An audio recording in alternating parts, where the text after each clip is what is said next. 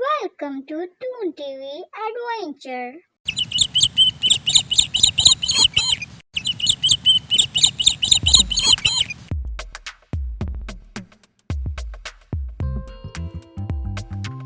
भेड़िए के खेत से मूंगफली खाना कोई आसान काम नहीं था, क्योंकि भेड़िया बहुत दबे पाँव था और चोर को पीछे से पकड़कर उस पर हमला कर दिया करता था।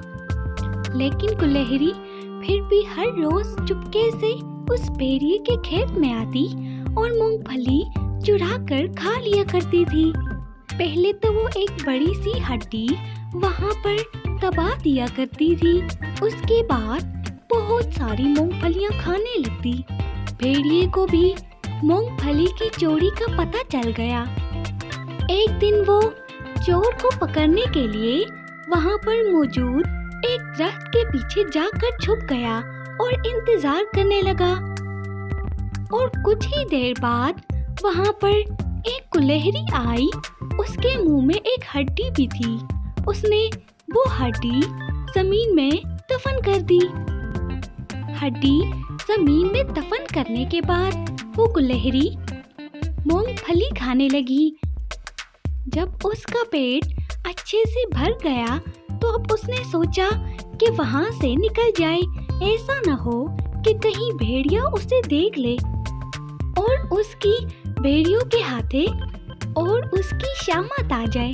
जब वो गुलहरी पेट भर कर मूंगफली खाने के बाद उस दरख्त के पास से गुजर रही थी तो सामने से वो भेड़िया निकल आया, जो कि उसे मूंगफली खाता हुआ देख रहा था। अच्छा, तो वो तुम हो जो रोजाना मेरे खेत से ढेरों सारी मूंगफलियाँ खा जाता है।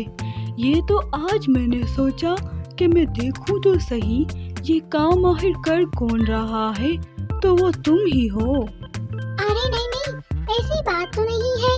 इतनी तेज हवा चल रही थी और उस हवा से मैं उड़ती हुई यहाँ पर इस मूंगफली के खेत में आ गई। और इस तरह जब मैं उड़ रही थी तो मैंने सहारा लेने के लिए इस टहनी को पकड़ा, तो इस तरह बहुत सारी मूंगफलियाँ मेरे हाथ में आ गई।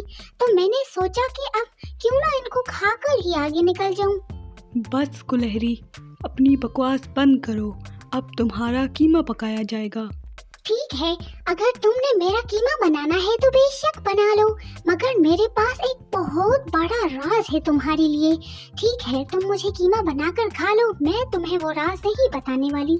कैसा राज, मुझे बताओ भला। और बहुत ज्यादा मिन्नतों के बाद गुलहरी ने आखिर भेड़िए को बताया।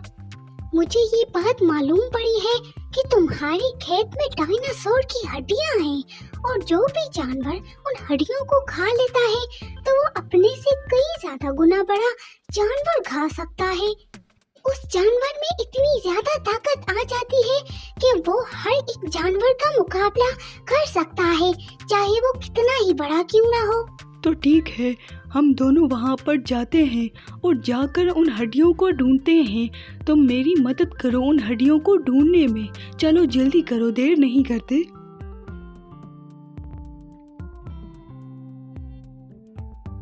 और वो दोनों खेत की जानिब चल दिए। वहाँ पहुँचकर दोनों ने हड्डी ढूंढना शुरू कर दी। अरे भेड़िया मियाँ, तुम्हें कोई खुशबू आ रही है? मुझे तो यही कहीं से खुशबू आ रही है, चलो देखते हैं। हाँ, मुझे भी यही कहीं से खुशबू आ रही है। और भेड़िया भी गुलहरी की तरह तेज तेज सांस लेने लगा। थोड़ी देर बाद उन दोनों को एक हड्डी दिखाई दी और उस हड्डी पर नजर पड़ते ही भेड़िया ने झट से वो हड्डी उठाकर अपने मुंह में डाल दी। जैसे ही उस भेड़िए ने हड्डी मुंह में डाली तो उस हड्डी पर लगी हुई गोंद भेड़िए के दांतों में जम गई और वो गुड़ गुड़ गुड़ करने लगा। भेड़िए ने गुलहरी को मदद के लिए पुकारा, मगर ये क्या, गुलहरी भेड़िए की मदद करने के लिए तैयार ना हुई और भेड़िए को वहाँ वैसा ही पड़ा छोड़कर वहाँ से भाग निकली।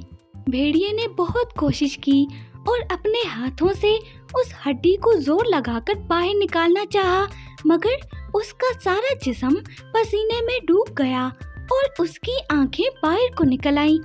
बहुत कोशिशों के बावजूद भी भेड़िए के मुंह से वो हड्डी बाहर न निकल सकी। हाँ, अलबत्ता 3-4 दांत टूटकर नीचे गिर गए और वो वहीं का वहीं तड़पता हुआ रह गया।